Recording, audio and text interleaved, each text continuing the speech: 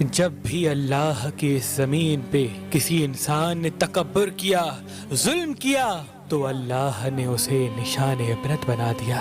تو ویسے ہی حضرت موسیٰ علیہ السلام کے زمانے میں قوم قبط و امالک سے جو مصر کا بادشاہ بنا، جس کا نام ولید بن مصعب بن ریام تھا، جس کو پوری دنیا فرعون کے نام سے یاد کرتی ہے، وہ انسانوں پہ ظلم کرتا تھا اور جو لوگ غریب تھے ان کا حق کھاتا تھا، ان سے سخت مزدوریاں اور کم اجرت دیتا تھا، اور جو انسان اس کا غلام نہیں بنتا تھا اس کو قتل کر دیتا تھا۔ تبھی اللہ نے اپنے نبی موسیٰ علیہ السلام کو حکم دیا کہ اے موسیٰ، فرعون تک میرا پیغام پہنچاؤ کہ وہ انسانوں پہ ظلم نہ کرے، ورنہ اللہ کا عذاب ان کو لے ڈوبے گا۔ جب اللہ کے نبی نے اللہ کا پیغام فرعون کو دیا تو وہ مذاق اڑانے لگا اور کہنے لگا یہاں کا خدا میں ہوں اور میں کسی کے حکم کو نہیں مانتا۔ تو بس اللہ اپنی نشانیاں حضرت موسیٰ علیہ السلام کے توسط سے دکھاتا رہا،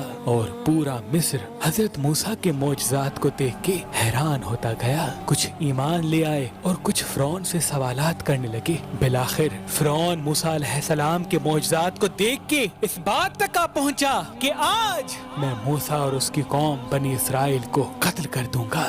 اللہ نے اپنے نبی موسیٰ علیہ السلام تک پیغام پہنچایا کہ اے موسیٰ، رات میں اپنی قوم کو لے کے اس شہر سے نکل جا۔ تو یوں حضرت موسیٰ علیہ السلام اپنی قوم بنی اسرائیل کو لے کے وہاں سے جانے لگے۔ اس بات کا علم جب فرعون کو ہوا تو وہ غضبناک ہو کے کہنے لگا کچھ بھی ہو جائے، موسیٰ اور اس کے ساتھیوں کو میں قتل کر کے ہی چھوڑوں گا۔ وہ اپنے جاہو جلال کے ساتھ بنی اسرائیل کو ڈھونڈنے لگا۔ بس آگے آگے اللہ کا نبی موسیٰ اپنی قوم کے ساتھ اور پیچھے پیچھے فرعون کا لشکر ان کو مارنے کے لیے آتا رہا۔ بالآخر بنی اسرائیل دریا تک پہنچے اور فرعون کا لشکر پیچھا کرتے کرتے ان کو دیکھنے لگا۔ جب بنی اسرائیل نے فرعون کے لشکر کو دیکھا تو حضرت موسیٰ سے کہنے لگے اے موسیٰ، تو نے ہمیں کہاں پھنسا دیا؟ اب پیچھے فرعون کا لشکر ہمیں مارنا چاہتا ہے اور آگے یہ دریا ہے۔ اللہ کے نبی حضرت موسیٰ علیہ السلام فرمانے لگے اے لوگو، گھبراؤ نہیں، اللہ ہمارے ساتھ ہے۔ یہ کبھی ہو ہی نہیں سکتا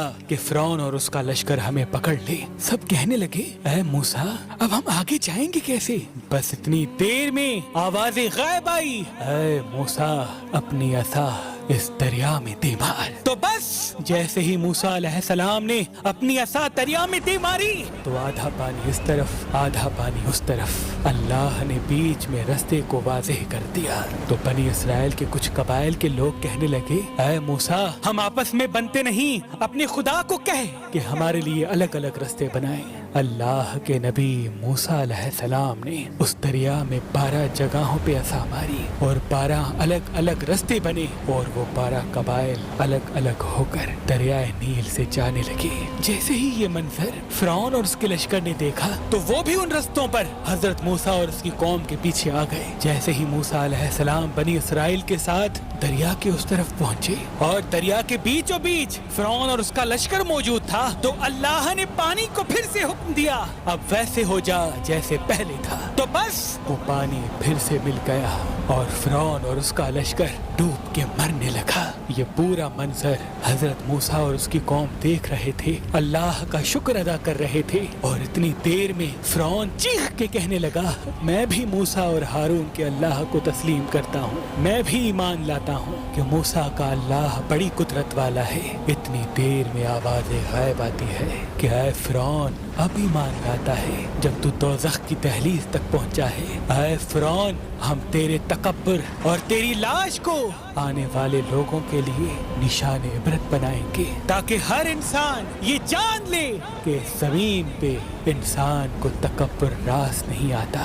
آج بھی اللہ نے فرعون کی لاش کو نشان عبرت بنا کے رکھا ہے۔ بے شک جس انسان نے تکبر کیا، انسانوں پہ ظلم کیا، وہ اللہ کی رحمت سے دور ہو کر دوزخ تک پہنچ جاتا ہے، دوزخ تک پہنچ جاتا ہے، دوزخ تک پہنچ جاتا ہے۔